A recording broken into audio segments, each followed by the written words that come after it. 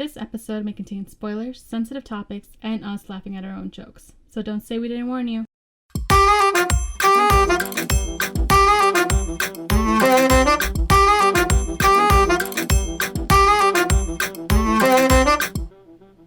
Wait, can you hear me?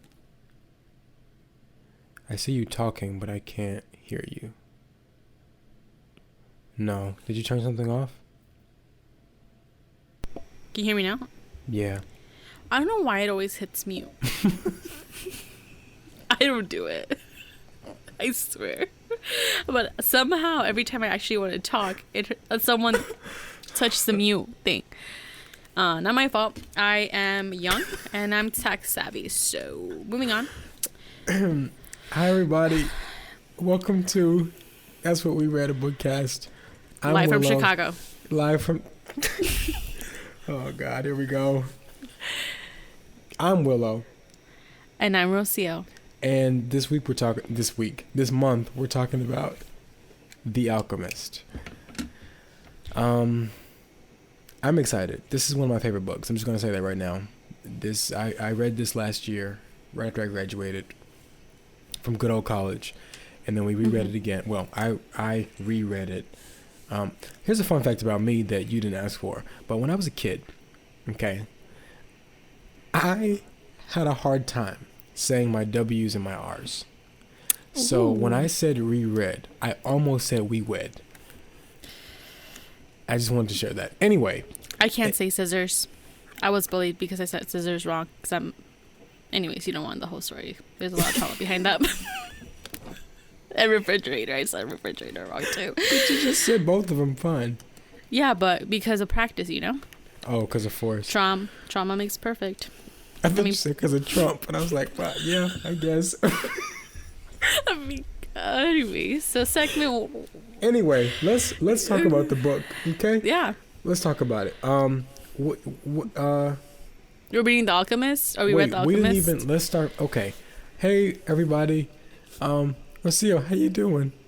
I'm doing great. How are you, Willow? I feel like, is your headache gone? You good? Oh, yeah, I took pills. My allergies are pretty bad this week, so I'm having a little bit of a hard time, what do they call it? Breathing. So, this should be a fun episode. Anyway, let's, okay. So, The Alchemist, the author. Let me just preface this with, I have looked up how to pronounce this man's name, and I still don't know. The woman that narrated the audiobook on YouTube said Paulo Coelho. I'm going to go with that. Paulo, if we got that wrong, you're never going to hear this. But first of all, if you do, hello. Second, sorry. He's a Brazilian lyricist and writer. I looked up a little bit. I looked up some stuff about him, and it said that he was institutionalized by his parents forcibly at age 17, and he escaped 3 times, and then when he turned 20, they just let him go. Just a little tidbit about his life, which I feel like, I don't know, he's known for his books, and he has a bunch of other books besides The Alchemist, and I feel like a lot of people didn't know that or wouldn't know that about him. He also went to law school, but it was what his parents wanted him to do, which is perfect for this book, because it's all about what you want to do. Yeah. And there was no chapters in this book, just like the previous book. There was 163 pages, and it was just divided by segments and different scenes. It was written in 1988. It was originally published in Portuguese and translated to English in 1993.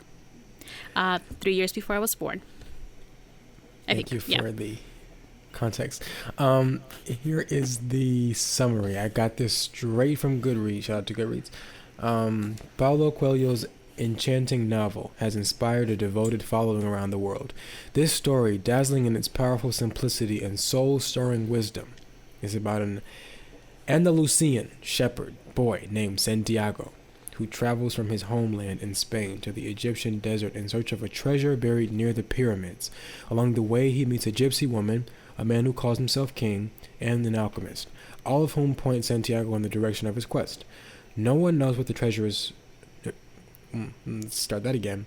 No one knows what the treasure is or if Santiago will be able to surmount the obstacles in his path. But what starts out as a journey to find worldly goods turns into a discovery of the treasure found within. Lush, evocative, and deeply humane, The story of Santiago is an eternal testament to the transforming power of our dreams and the importance of listening to our hearts. That, now that I said it out loud, that's not quite a summary. It's very artsy. They use a lot of big words. Basically, y'all, Santiago was just trying to go to the pyramids. He was like, I just want to go. I had a dream about the pyramids. I'm trying to go. And he met some people. Why does he want to go to the pyramids? Because, Rocio, it's his personal legend. I think it's because there's treasure there. It's because it's his personal legend. That will lead him to a treasure. It's because... Anyways, the book was written okay, yes, he in wants to 2 go to weeks. Egypt because there's treasure. It's his treasure, but there's a bigger point. The book was written in 2 weeks. That is how I felt about many of my grad and undergrad papers. That's the same technical skill I've used. Glad we are on the same page. Probably less than 2 weeks for you. Just crack it out. Yeah. It takes skill. Anyways, and then Andalusia. Willow, do you want to share anything about the historical cultural context about that city? No, I don't, because I didn't finish this note. This is awkward. Guys, we have notes, and I didn't finish the notes. Andalusia is an autonomous community in Spain, and there's a whole article you can read about what that means, like what is an autonomous community versus a state or a region or a province or whatever. Yeah. I believe it still exists. It's still under the name Andalusia. Also, it could... Listen, we were going to say Andalusia, but then the audiobook woman said Andalusia, and that I'm sure that's it. It makes sense because it's Spain. It's Spanish. They also use the word gypsy in this book. He does. Paulo, our friend. I don't know if that's the right term. I feel like gypsy is not the PC term anymore. Like, people don't use that anymore. I think is it Romani? I think it's Romani. When I was looking it up, I think it's the Romani people. Like, I don't think they're called gypsies anymore. So... But yeah, just know that if we refer to the gypsy woman as the gypsy woman, like, that is how she's referred to in the book. But that, I don't think that term is used colloquially anymore. Yep. Yeah, and then Willow mentioned a couple of times previously, this book does touch a lot on the personal legend, what you have always wanted to accomplish, what you see yourself doing in the world, what you see as your destiny, your future, your goal, all the cool stuff. And there is no trigger warnings this time for this book, at least that I can tell. Yeah, no trigger warnings. But Rocio, let's start out with the note here, with the disclaimer. This will make more sense when we get to our reviews. You didn't write that in the notes, so. Did you hear my text? My phone just went off. Anyway, guys, this is a fun episode. I hope you're having fun so far. A disclaimer. This book is what you would call an allegorical novel. Now, you're going to say, Willa, what is an allegory? Well, I'm so glad is that what you wanted to know? Actually, I was going to explain just for people that may not know. I know what that means. But for people that may not know, from our audience, I would love to hear an explanation, please. Yeah, because you know what it is. I know. I don't want to explain it because I feel like I have more knowledge on it than you. So I want someone that is closer to the knowledge of the people to explain it. So yeah, go ahead, take it away. Knowledge of the people. Okay. An allegory is a literary device that is used for a hidden or broader meaning, not to be taken literally. Now, the reason why we say that is because we will read some other people's reviews later on in the episode, and I don't know. I've also heard reviews from other people who have thought, like, I don't know, their reviews are based on realness. Like, their thoughts about this book are based very much in reality and, like, what could happen or what would never happen or how life is right now. And I don't think that's what our BFF Paulo meant. It's just one big allegory. So there is that. Not related to that comment at all. I will be editing my review towards the end of the segment. Anyways, moving on. Pop culture. Willow, take it over. Moving on. Listen, y'all. I copied and pasted some notes here about how this book has been used in real life pop culture. There's 4 notes here. Just know that people have used it in stuff. Like I think that it was a comic book at one point. And then someone made a whole entire score? I don't know what you call it. The Alchemist Symphony. Okay. This guy named Walter, he composed some music for the book itself. He has 8 movements and 5 interludes. Cool. I don't know where that is, but if you want to go find that, then you can do that. 2002. A theatrical adaptation of The Alchemist was produced and performed in London. I don't know, listeners, how you guys feel about adaptations when it comes from like book to movie or book to stage. I am not a big fan. As someone who's involved pretty heavily in theater, I just prefer them not to make stuff because they just tend to be not very accurate. I also don't know, like, how do you adapt? Anyway. That happened. Do you think they would still mess up such a short book? They would still somehow mess it up? Yeah, I feel like, this book is not long, and there isn't much you could leave out of this. Like, if it's a longer book, man, you could skip over parts like they do in, like, I don't know, like Harry Potter. I never read Harry Potter. Yeah, blasphemy. I just feel like there's not much you can skip over. Like, a lot of the details need to be in there because they all lead up to him to the end of the book. Anyway, whatever. Personal opinion. And then in 2006, what's his last one? Mistaken Identity. A Singapore indie rock band adapted the story of the novel into what they claimed was, quote, essentially our attempt at writing a musical, end quote, and released the track as The Alchemist. I don't know what happened to it, or if it was ever, I don't know what happened to it, but that is, those are some examples of how people have taken the book and kind of run with it. Rocio, you got some key events, you got some plot points for us. Yes, I do. Thank you for the segue. Honestly, I feel like I was just doing like a report. Thank you, back from the weather. Back to you in the studio, Rocio. Thank you, Willow. And back at the studio, we're going to go over some key events. All right. So the first one is the gypsy's interpretation of Santiago's dream, which includes her urging him to go to Egypt to find his personal legend, aka the treasure, aka the personal legend, aka you know what I'm talking about. And then Santiago finds a job with the merchant. Actually, that kind of skipped a couple of points. He sells he meets the king. There's a bunch of key events that skipped. Listen, we skipped a big part of the book. Yeah, at one point he meets a king who tells him something about selling the sheep, or he wants to buy the sheep that he has, because as you know, Santiago is a shepherd, and shepherds have sheep. I almost said a shepherd. He is a shepherd. Let me tell you, that king, his name starts with an M. I can't pronounce it, but the king, just like capitalism and adulthood and credit, it was a scam. Okay? It's a scam. He scammed him. Say more. He swindled him into thinking that he had to. This is the king. The king swindled. Am I using swindled right?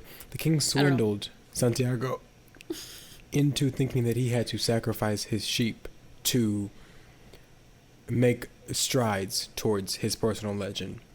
He was like, this is what it takes. Like, you have to sacrifice something to really go after what you want. And Santiago was like, yep, I get it. I got you. And it was fake.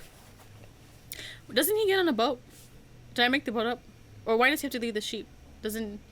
Anyways, isn't there a reason the sheep is gone? Or he has to sell the sheep? Remember that part when he went to the market? Yeah. And that he met that person that was like, oh, that's another key point. Did we miss that too? He met that. Oh, I don't know, we just in the beginning. He met that person that was like, I'll watch your sheep for you. Oh. I think this is when he had already sold half. Or given away half. And the person was like, I'll watch your sheep for you. if you, I forgot what they were doing, and then he stole the sheep, and everyone there, he like, I forgot where he was. We're forgetting a lot. But basically he met this other person who was like, I'll watch your sheep for you. Like, go ahead and do this. Go ahead and meet that one guy. And he turned around and the sheep and the guy were gone. So then he had no sheep. I think the reason why the king said he had to give him up, I think it was about sacrifice. Like, he was like, this is what you have to do. Like, when you are striving towards your dreams, you have to give up things that are important to you. And you're not going to learn what the value of this experience is going to be if you don't give me specifically your sheep. Again, a scam. Wow.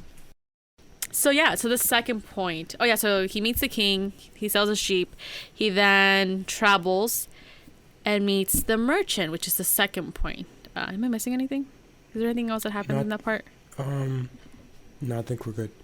Okay, so then Santiago finds the job with the merchant, who is actually a crystal merchant, and then at one point they start selling tea. And that lasts a whole year because he's trying to make, someone steals his money. All the money that he had gotten for the sheep, someone steals that money. Right. So now he has to make more money to go to Egypt. And basically he found this crystal shop and he was like cleaning he was telling the guy like, I'll work for you.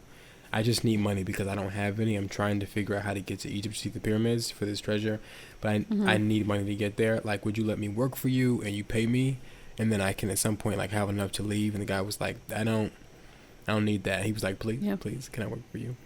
Y'all. Santiago was struggling. Okay, he just kept losing. He left, right, and center. He was just getting nails everywhere. But he made it. Yeah. And then he had a good business mindset because he was doing the crystal, then he got sales up, and then he brought in the tea with the crystals, like the combo, made more money. He was making bank, basically, like the youth say this. As the kids say, making bank. Is that what the kids say still? Someone please confirm. Yeah, audience, please confirm. Anyways, so then he finally makes money. He goes to the desert, or he finds someone that will take him through the passage of the desert. Then there's a bunch of wars. They have to go into this oasis until the wars are over, and then he falls in love with Fatima on the way to Al Fayoum. Also, correct me if that's mispronounced. No, you're good. I was talking to the audience, but thank you. But eventually, audience, please confirm, is the pronunciation Al Fayoum? Thank you. Thank you. Wow, it does miss a lot of points. Anyways, we'll talk more about other points. Skipping over a lot. We'll get there. Yeah, we'll get there. But also just an FYI, he meets an Englishman who wants to become an alchemist. So he has all these books that he's reading and trying to like learn and just become an alchemist, find a mentor. And then the alchemist is actually in this oasis. And Santiago has like a whole like vision about the oasis being attacked, and then he tells the king of the oasis or the leader, and the leader didn't believe him, but then they get attacked, but they prepared for it just in case, and they said if they don't come, you're in trouble. That's what she said. And then they do come. That's what she said.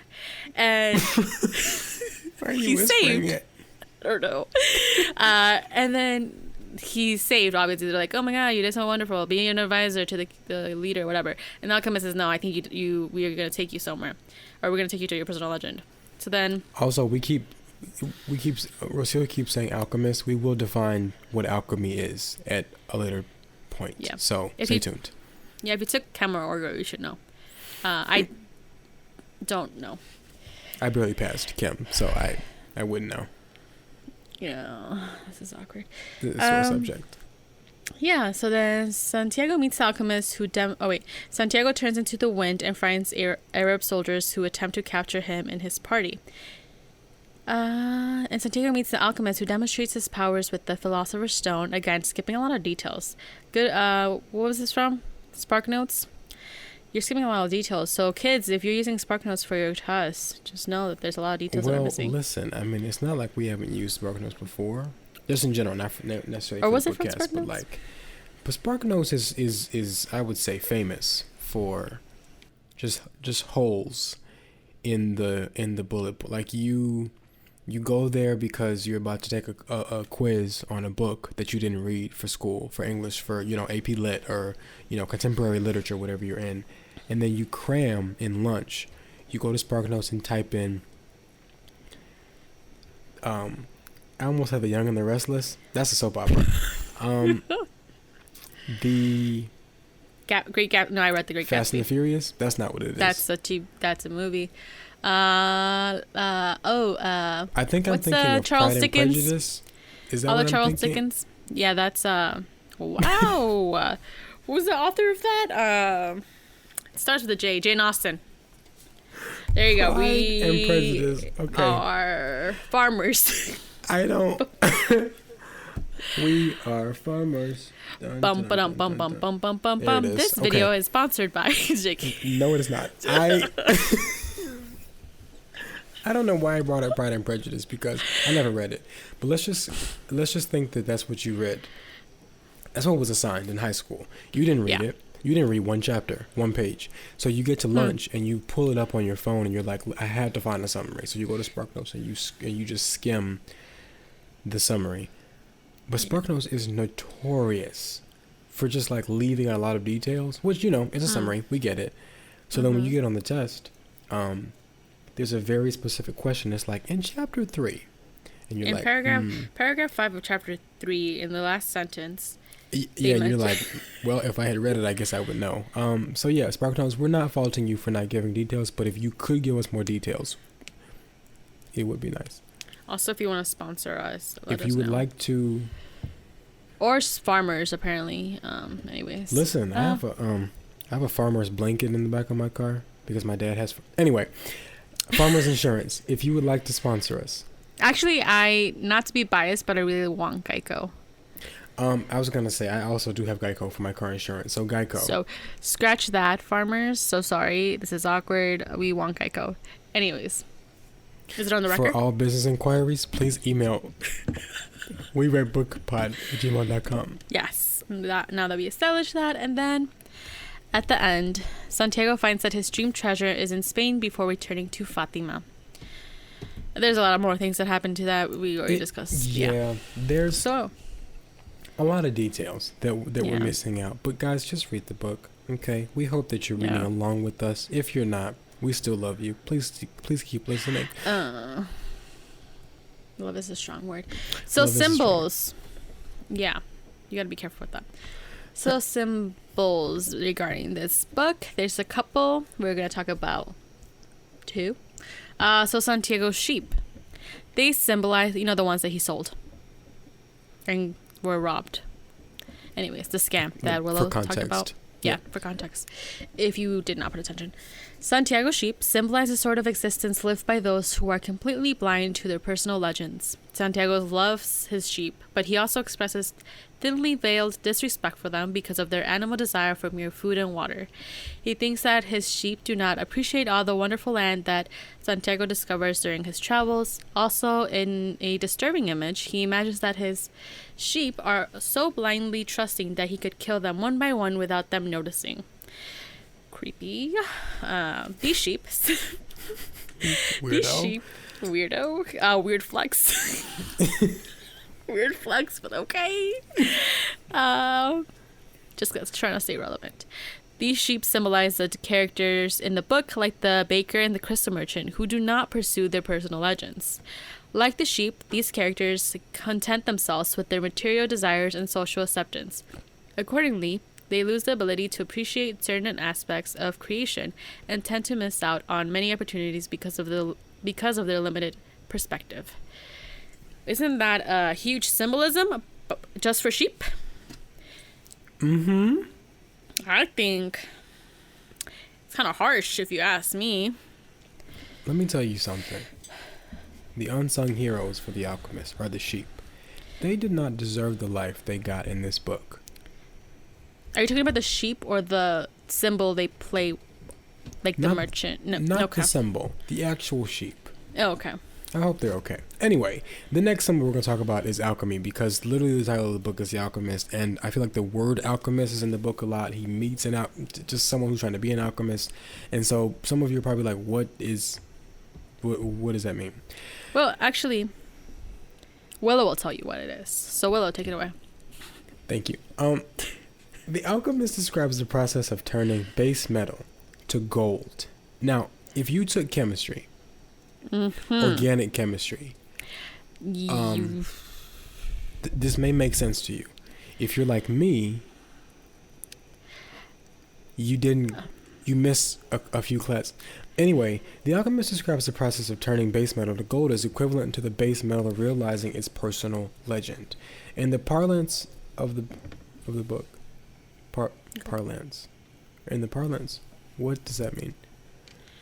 I don't know. You're the word guy. Guys, we promise that we do look at these notes beforehand. Just maybe not as close as you think. Parlance, a noun. A particular way of speaking of or using words, especially a way common to those with a particular job or interest.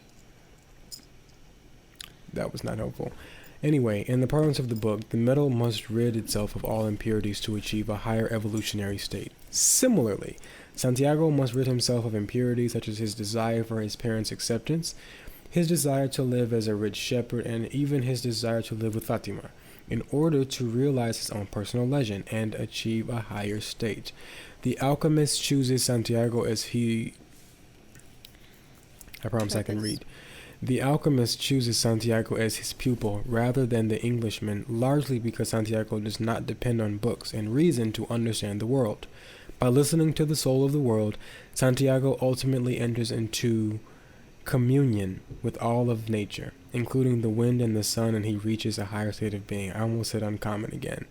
Yeah. I don't think we talked about this yet, Rocio, but I can throw out a quick explanation for people. So the last line that I just mentioned, the soul of the world.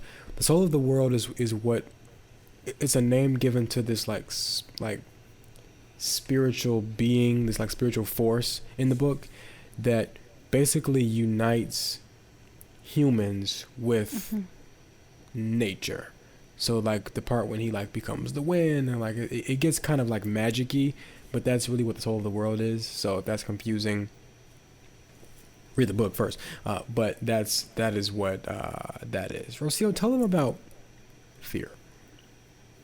Well, I'm fearful of many things, but when it comes to the in the book.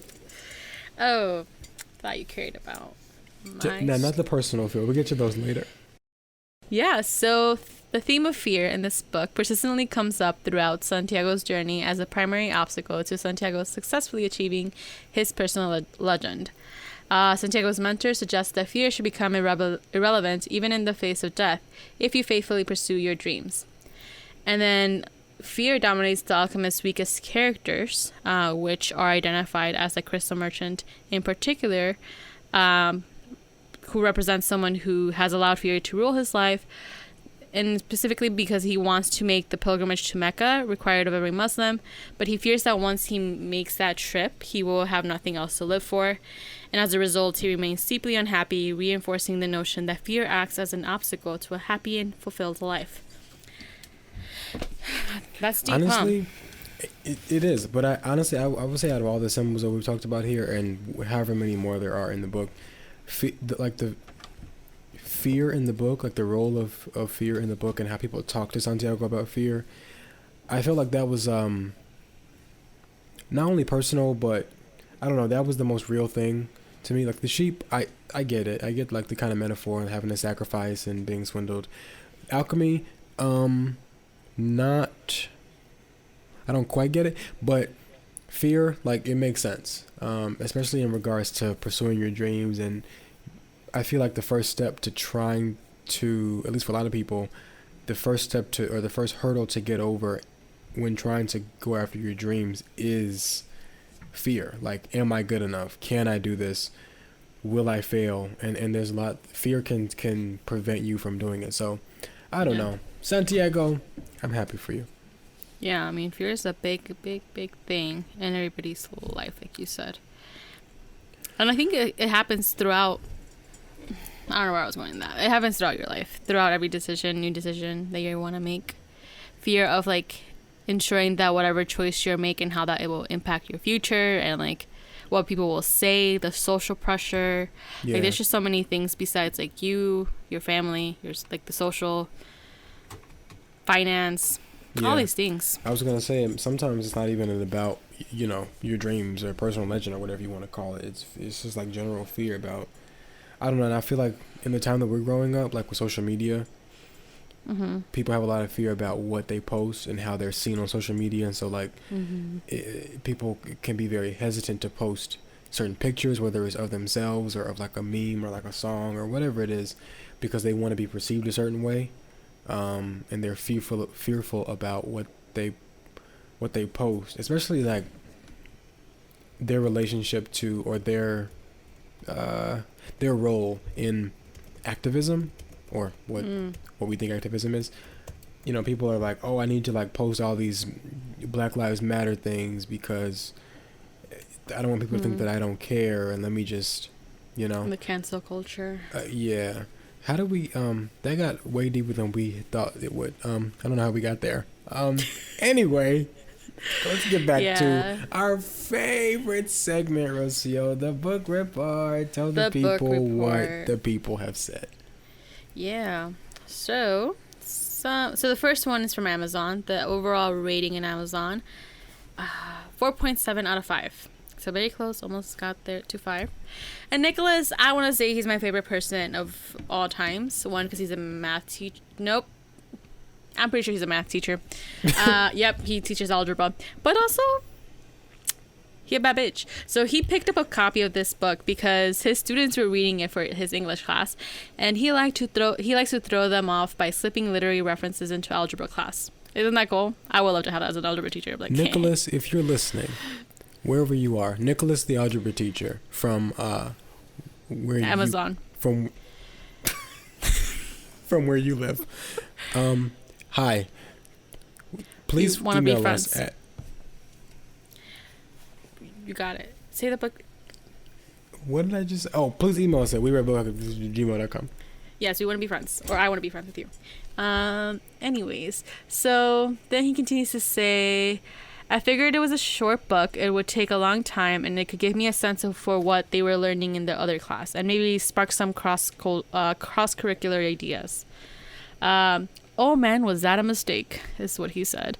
Anyways, I fell deeply in love with this book and have read it 3 times in the last 2 years. It's the kind of book that works on more than one level. You have your hero who goes on an adventure, learning from a wise mentor, hitting roadblocks, coming to know himself and the world around him, before realizing that his true treasure was in himself all along. And if that's all you get out of the book, then that's fine. But there's more going on there.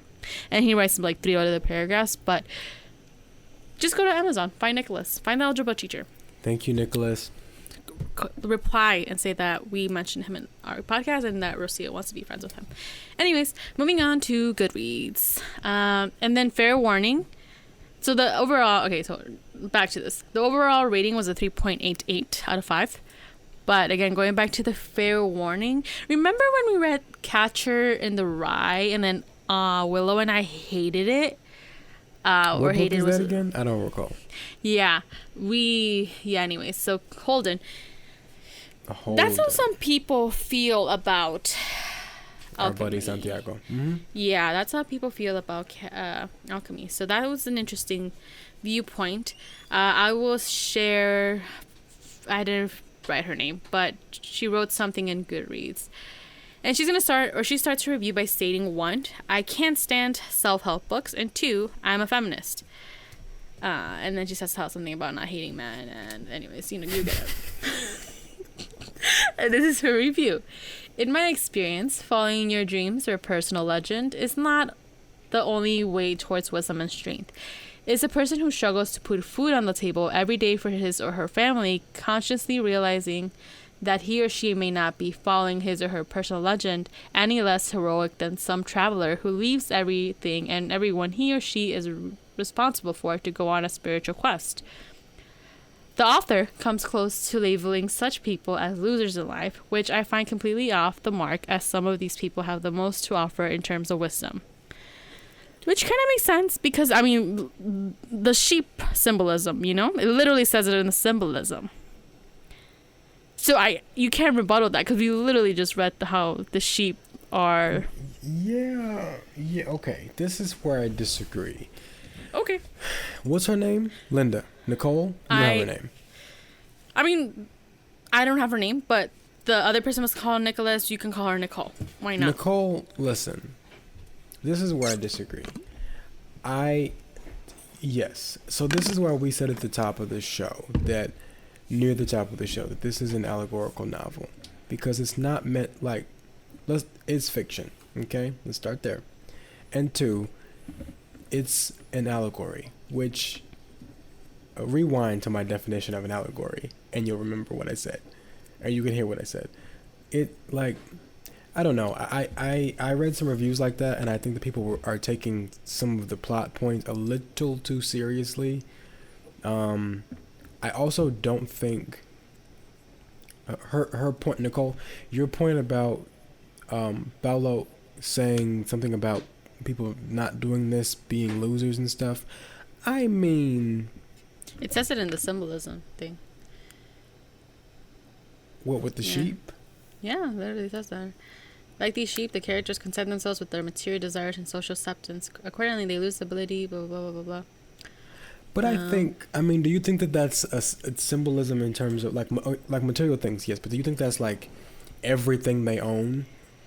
Like every single thing? Like all he had was sheep, okay? It's not like I don't know where he lived. All he had was sheep.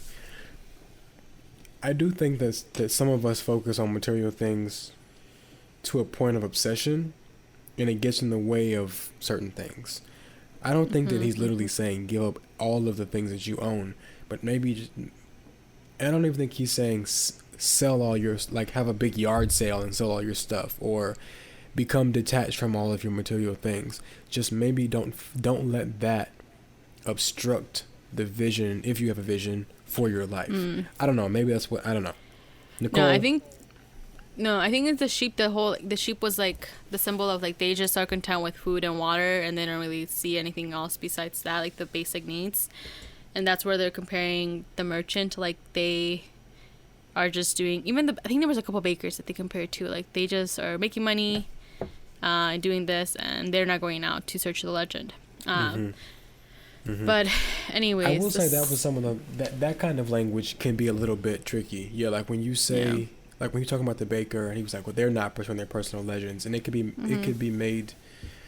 assumed that he was trying to say, like, if you're not pursuing your personal legend or your dream, then you're, what are you even doing? Yeah. So that's not a thing for everyone. Some people don't think like that. They don't have dreams in that way. Or they physically or economically can't. Yeah, like they just can't, like it doesn't work for them. They may have dreams. They may have a dream of owning their own business, or moving out of their parents' house, or, doing whatever, but like it doesn't work. And so I don't think that the key, success factor in life is like you need to follow your dreams no matter what. Give up everything else. Sometimes it's not possible at a certain time in your life. So, Santiago, you're lucky, man. Yeah, and then if you bring in the systematic oppression and, you know what I'm talking about, then it becomes a whole different story. But we're not going to talk about that. Yeah. Small stuff. But speaking of systematic oppression, next paragraph, the issue of responsibility is also part of the book's sexism. The main male characters in the novel have personal legends. They are either seeking them or have achieved them, or have failed to achieve them. But Coelho never mentions personal legends with regards to women, other than to say that Fatima, Santiago's fiance, they got engaged? Wow. This is like with Winter in the Blood, when we thought he had a wife and then it turned out that he wasn't married to her. Anyways. For people who have listened, just know that every episode we will discover something in real time about the book that we didn't know. We promise we're reading. We just, sometimes it feels like we're not. Yeah. Anyways, Santiago's fiance is a part of Santiago's personal legend. That's fine.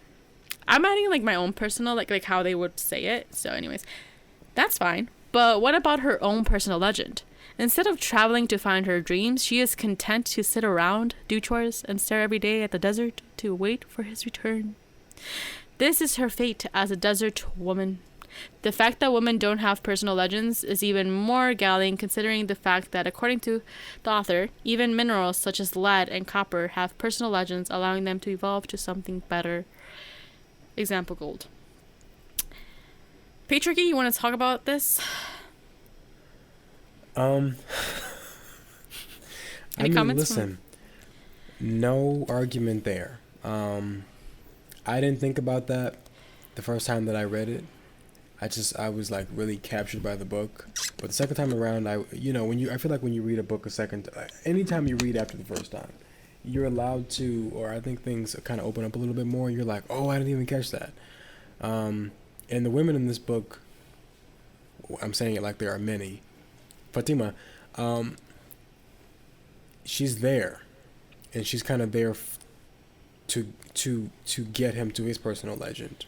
And so like Nicole, who this person we named Nicole, is saying that she's just there to be of service to him with no personal legend of her own. Now, granted, the book is literally about Santiago. Like, no, even though there are other characters, it is about him and his life.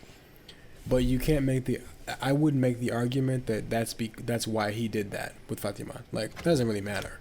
Yeah. Because like Nicole said, if the elements and the wind can do all of that, she could do something. But maybe he didn't want any conflict. Maybe if she had her own personal legend, that would have been too much conflict. I'm ready for the conflict. Let's do it. Wait, what are we talking about? What did you just say? What was the last thing you said? You ready for what? Conflict. Okay, conflict. Let's fight. Something I noticed too. Well, first back to the comment. It's all the women in the desert. They're like I will wait. Like all the other women who have waited for their whatever to go and come back. That sucks. I would wait 2 weeks and then I would move on with my life. And 2 weeks is still. Or 5 to 7 business days. 5 to 7 business days. I think that's good for. How quick? Was you Amazon get Prime here, 2 days? I think Amazon Prime shipping. That's a day. I feel like that's better. But also just a quick acknowledgement. All the books we've read for this podcast have been about man and their journeys and death also. A lot about death. But about men. So women are coming. We will find women. It just so happens that for some reason we've been stuck with men. And trust me, the patriarchy. Listen, if that's not... Talk about an allegory. That's not even an allegory. If that's not a metaphor for society. I mean, literally, we've read 3 books in a row about men who they just be out here struggling. What did you say? They're struggling. They're trying to find themselves. They're just out here struggling. For some reason. Y'all, we promised that we won't They're 30 years old. How old is Santiago? He's like a kid, right? I don't know. No, he's like a teen. Probably so Holden was like 15. We don't talk about Holden. Yeah, okay. The first one. No Name was 30 from Winter in the Blood. Right? This guy. And then Santiago was this like guy is 12, like 15, 7. Yeah. And they're still trying to find themselves. And they're lost. Come on, the whole guys. book is them being just lost. You have a whole system for you. You have patriarchy and you still can't find yourself. Anyways. Yeah, Santiago needed wind and everything else. I guess patriarchy wasn't working for him. Guys, we promise we will read books with women as main characters, leads, who hopefully are not struggling. We just want to maybe something happy. Yeah. We'll read Rocio. Yeah. Well, okay. Well, another disclaimer: the next book, it is about a guy, and it is about death. It's also not happy. Yeah. And it's So after that one, book, please plan accordingly. We will not be talking about the patriarchy any longer. Hopefully. Willow, talk to us about Barnes and Noble. Oh God. Okay. Y'all. Wait a minute. Okay. Can we also hear from the audience? Is Barnes and Noble really different from Amazon? Yeah. We're gonna put this on Instagram and stuff. Like, does Amazon own Barnes and Noble? / are they the same thing? Are they one entity? Should I pick something else? Because I don't really want to keep going to Barnes and Noble.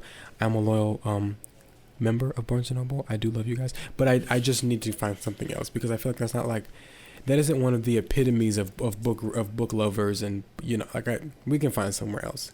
Can you help us? Okay, Barnes and Noble. Over 1,000 reviews, average of 4.2 stars. Here is a review from someone named R_Taylor who gave it 1 star. Quote, this book is little more than a silly collection of platitudes. Wish I knew what platitudes meant. I tried to take it seriously at first, but after... I got you. Oh, yes. It's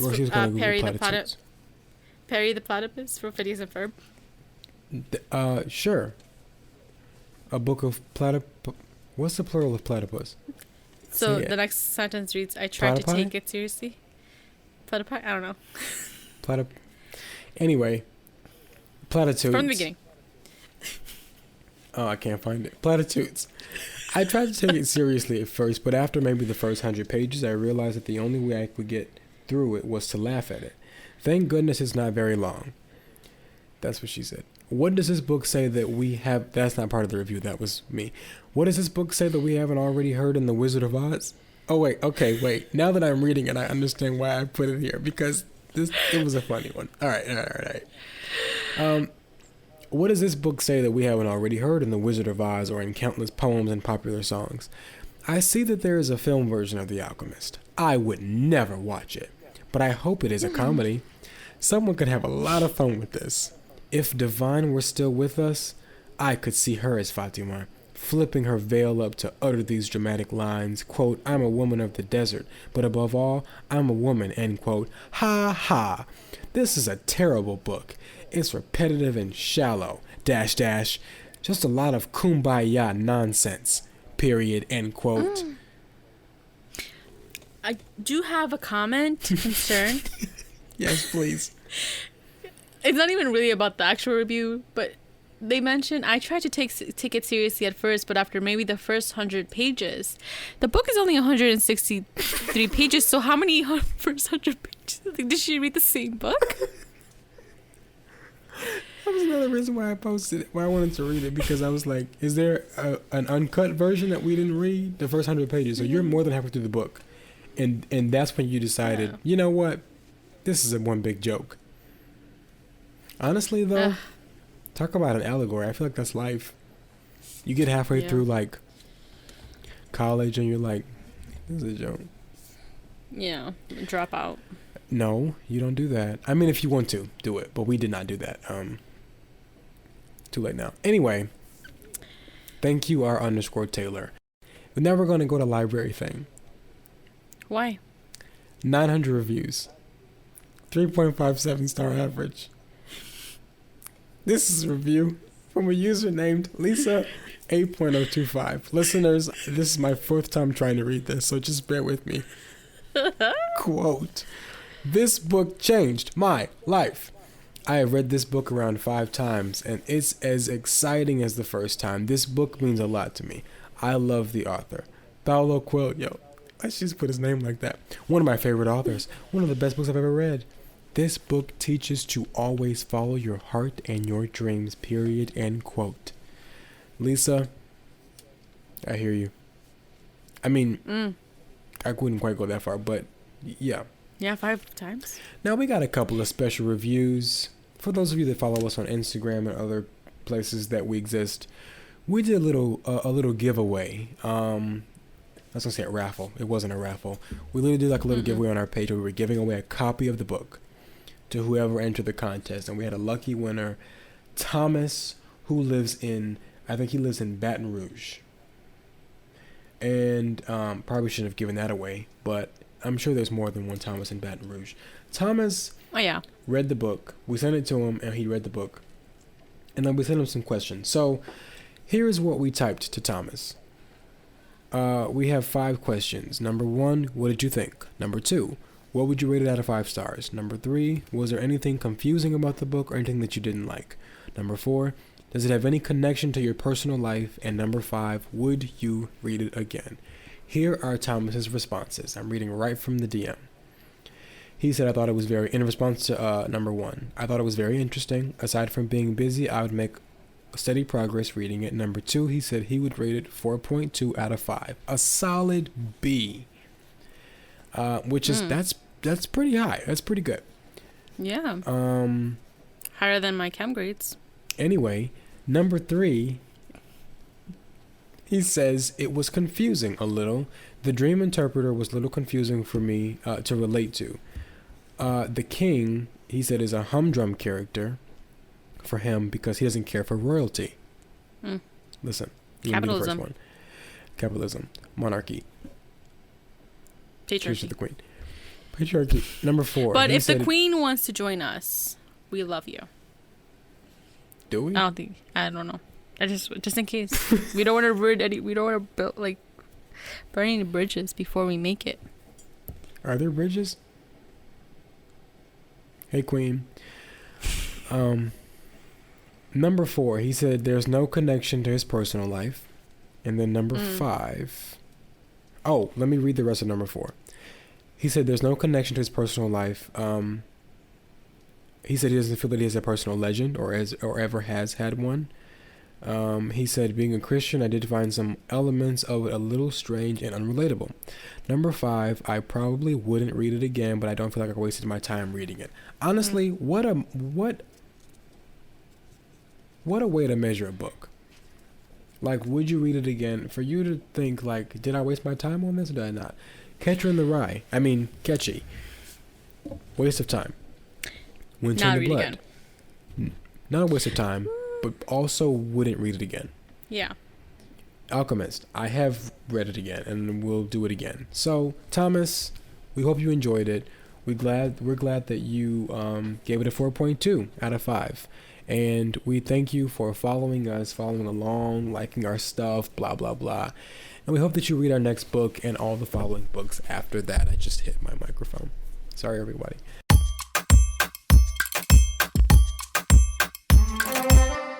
Okay, y'all, we had some other responses to the book. If you follow us on social media, we're probably going to ask our followers what they thought about every book that we're reading. If you're reading along with us, just respond. Let us know what you thought about the book because we would love to read your response during the episode, during the recording. So my friend Braxton responded, and here's what he said, quote, overall, I enjoyed it. It was very cool to picture the adventure, and it was very descriptive and so well thought out. Shout out to Paulo. I felt like I was a passenger along on his journey. The only bad thing for me was finishing it after a few months. It messed up the flow and the alluring adventure along and the lessons along the way. I think it's a book that deserves one sitting, two at most. I plan to read it again in one sitting when I come to a crossroads in my life.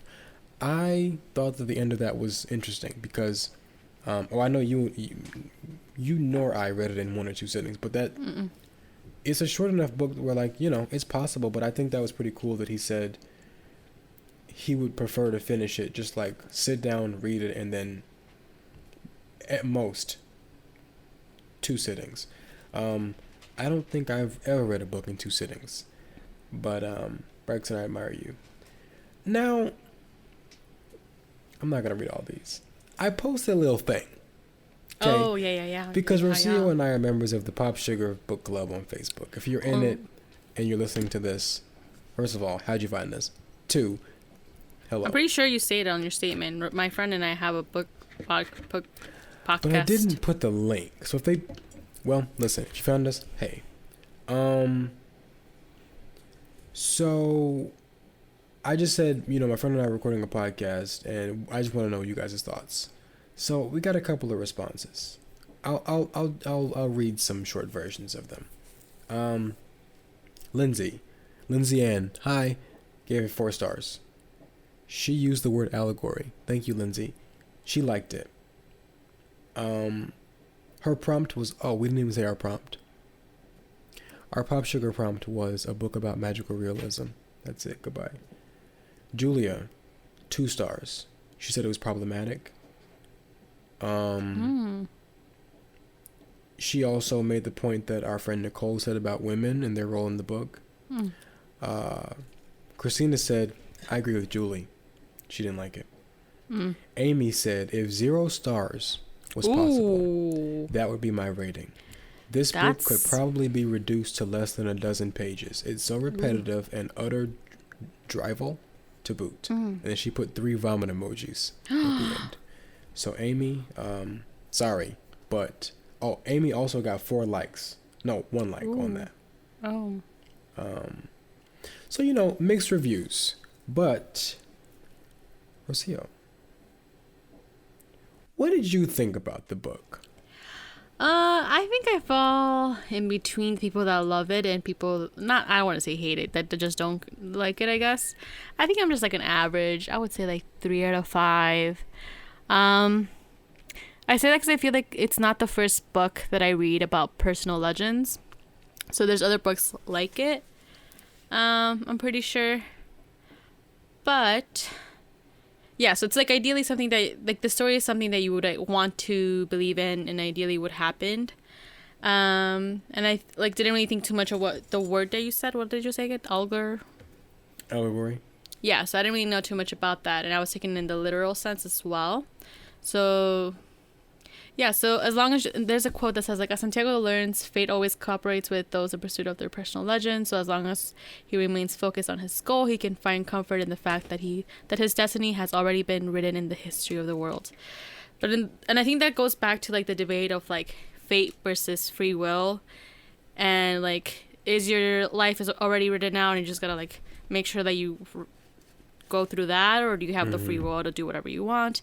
And I think this book combines a little bit of both. Like his fate was written out in a way, but he had choices along the way. Like he could have just not sold his sheep, he could have just stayed in the desert. Like he had all these choices, but were they actually choices? Anyways, so that there's a combination of that, but I hope it's more of a free will thing, because I would hate for my whole life to be written already.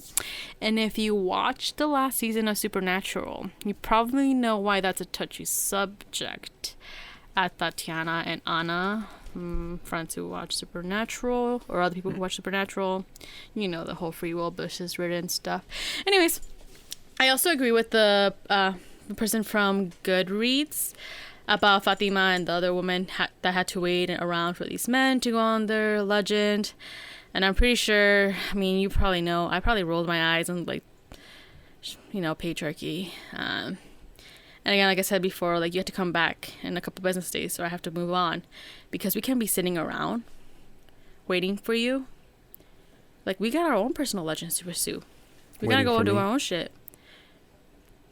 I was just talking about men in general, but or people in general, I guess in this. But if you want to take it personal, but I would read it again. Maybe it is a feel good kind of book, especially if you don't think too much about the real world, and then all of that. And then talking about how maybe I'm becoming a grumpy, cynical adult because, you know, my birthday is this month and I'm becoming 25. So I don't know if the age is hitting in. Don't think about it. Yeah, I'm halfway to 50. Anyways. Yeah, so I think I liked it. I would probably, and I want to try now what Braxton said, like reading it all in one sit or one sitting. I don't know if that would change my perspective.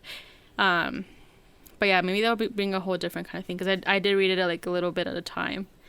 But yeah, I think it was good. I liked it. Yeah. You know, patriarchy ruins everything. Well, yeah. Listen, y'all, if you get nothing else from this episode, please take this quote with you from Rocio. Patriarchy ruins everything. Forget the book. Honestly, I want to take my like emotional connection to this book out of my review. Can you? Because I can. Ooh. Because I do love this book, That's hot. but I think I love it because it has some sort of like sentimental meaning. My mom told me about this book probably like 4 or 5 years ago. It was in our family room, and she was like, "You should read this," and she gave me a copy. Didn't touch it all throughout college. I was like, I don't read anything but academic texts, which was true. If you give me a book to read for leisure, couldn't do it. But I remember her saying way back then, this is a book that you can probably come back to at various points in your life because it will give you something new every time. Which, upon my second time reading it, I do agree with that statement. But then last year, one of my friends, shout out Danny, Danny read this book and was like, yo, we got to talk about this.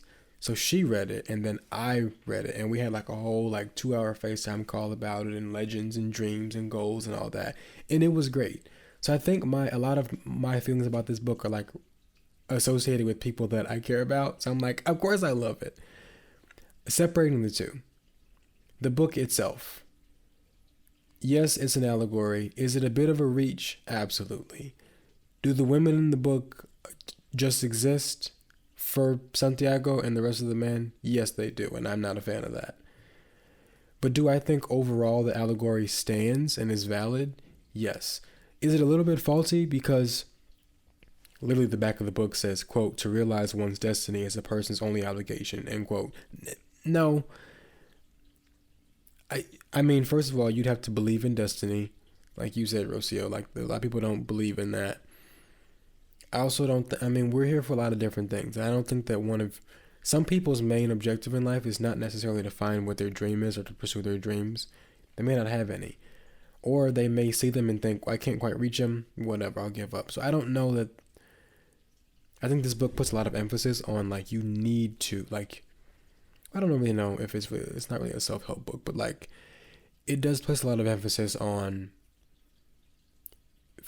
like, pursuing your dreams being a very necessary thing to do in your life.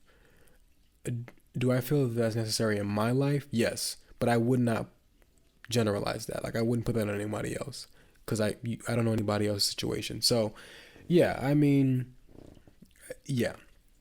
Did you give your star rating? What would you give it out of 5? Can you hear me now? Yeah. Also, should I just pause because Dora's playing with? Can you hear Dora playing with her little ball? No. Oh, no, I can't. I just take it away. Hold on. Dora, give me your ball. Hi, Mamas. I'm sorry, but you can't play right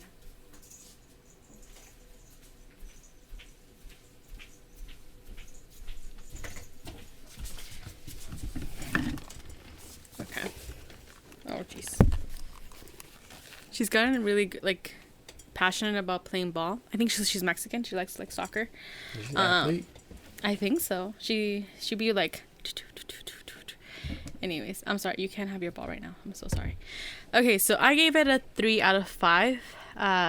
Yep, that was my rating because I didn't hate it. I really liked it. I think I gave it a 4. What did I put out of here? I didn't even read my actual review that I wrote down. I'm gonna give it a 4. That's if I were to factor in my emotional connection to this book, I would have given it a 5. But taking all that out, 3.5 or 4. Because I do think, kind of like what Braxton said, like I think if you take nothing else from this book, maybe read it when you are. Maybe that's another reason. I want to talk about that for a minute too. That could be another reason why I feel the way I do about this book, because I've only read it when I've been struggling in life. I've never read it when I feel like all my shit's together. Like, you know, Yeah. I read it after I graduated when I was like, what do I do now? And then I read it while you and I were reading it when I'm like going through a similar situation of like job stuff and trying to figure out what is the next step and getting out of the pandemic. So I haven't yet read it when nothing is really going on. So I'm wondering if I may find that same kind of thing in it. But I just feel like I relate to, not alchemy, but definitely just like, I don't know. I think I see it as a bigger thing of no matter what tries to stop you or who tries to stop you, just keep going. And if you get thrown off of your path, whether it be you feel that you've created a path for yourself or someone else has created one for you, just keep going towards that goal. So that's kind of, I guess I just take it as in a larger sense and really go into the allegory of it and not anything literal. So yeah, I'm going to go with like a 3.75. That's my final answer. I think that's, yeah. Okay. So something that you said that stood out to me. Can you hear her? No, what's she doing? She's like playing with paper. She's literally right next to me. Okay. So something that you said that stood out about like having read this with, or like your own perspective and how that translates into your review of this book. I think also with me, the other side is that I get stressed out when people ask like, what do you want to do? Or what's your personal legend? Because it's always like naming one thing and then having your whole life in that direction. So I think that's why I also like didn't like the book as much, because then that stresses me out. I'm like, what is my personal legend? And then I struggle to name one thing and say that is the one thing that is my legend, and that is something that I'm going to aim for, when in reality there's so many things that you could do, you know? So I think it personally stresses me out. Yeah, I mean, I don't think anybody has, well, I won't say that. I think a lot of people are very focused in one thing. They have one dream, one goal, one desire that they may call, if they were to read this, they would call their personal legend. But then some people have like multiple things they want to get into, and those are all of their dreams. So yeah, I don't think it's like, I don't know. A lot of people have a lot of things. You just started laughing. What happened to something? Guys, Lucille has a cat named Dora, and Dora she has is a zoomies right now. my godchild and light of my life. She what is she doing? Fighting with the wall and running back and forth throughout the room. It's also, we're filming this at 9:47 p.m. So this is her prime time to just like, this is her like time to shine. And This it's not like she's interrupting us. It's more like we're interrupting her. It's her world and we're just living in it. If you hear stuff. Listen, on that note, thank you so much for listening to That's What We Read, a Bookcast. If you want to find us on stuff, go to Facebook and search the name of the podcast, or go to facebook.com/wereadbookcast. You can email us at wereadbookpod@gmail.com. You can also find us on Instagram at wereadbookcast. We also are on Goodreads. Go to goodreads.com/wereadbookcast, or just type in the name of the bookcast on Goodreads and join our virtual book club. We're going to have some forums and some questions, and that'll be a sneak peek into what we're going to read next. We are typically going to post the next book before we even announce it on social media. So just join our Goodreads group, okay? Is that all we have? I feel like we don't have anything else that we're on. Rosia wants to announce our next book that we're going to read. This is going to be episode something. What is it, Rosia? Well, let me tell you. It is a book by Adam Silvera. It's called History Is All You Left Me. And I read a book by Adam, I don't even know, a couple months ago, because, time is kind of weird with quarantine. It's fake. Called They Both Die at the End. And you would assume that with that title, I would be emotionally prepared for what the book would have. I cried my eyes out, so I decided to pitch this book for this podcast or an episode, because why not cry again? Why not? And this does have a main character of a man again, so patriarchy, but also death. It is different, and death. But I am excited to read this book and cry and tell you, and you can cry with me if you want. If you're not a crier, that's also fine. Why not? Yeah, listen, the next episode may just be a good 45 minutes of whimpering. So if that's what you're into, then please follow along and stay tuned for next month. Again, the title is History Is All You Left Me. And the author is Adam Silvera. That is what we're reading right now. This podcast will be released on May 5th. And at the time that we are recording this, and at the time that this will be released, we will still be reading this book. So follow along with us. We'll announce it on our social media pages, but get the book on Thrift Books or A-Books or wherever you get your local bookstore. Yeah. And read along with us. Not weird flex, but little shout out. If you are on a budget in college or anywhere, this is not sponsored at all, but I think I might as well shout them out. If you go to bigwords.com, they do a whole cross-reference of all the places that are selling the same book, and then they'll give you the cheapest option. So if you're on a budget and you want to follow along with us, that's a good resource to look at and see where the cheapest book, or where you can find the cheapest book. So, and if you did not make it to the end of the episode to get that pro tip, I guess that's on you. Sucks to suck, dude. It sucks to suck. But that's our next book. Please stay tuned. Thank you guys so much for listening and supporting. We got 100 downloads, which just doesn't seem like a lot for most of you, but that's 100 of you. We're not even talking about anything. Anyway, stay tuned for what is the next month? June. June 5th will be the episode on History's All You Left Me. Yes, Rocio.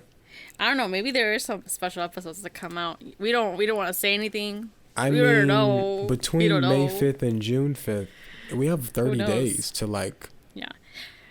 release something. Something guys, we're not confirming or denying, but we're saying there's a possibility that there could be another episode between. Yeah, no further questions. Thank you. I don't have anything else to say. Yeah, no further questions. Okay, bye. Anyways, bye.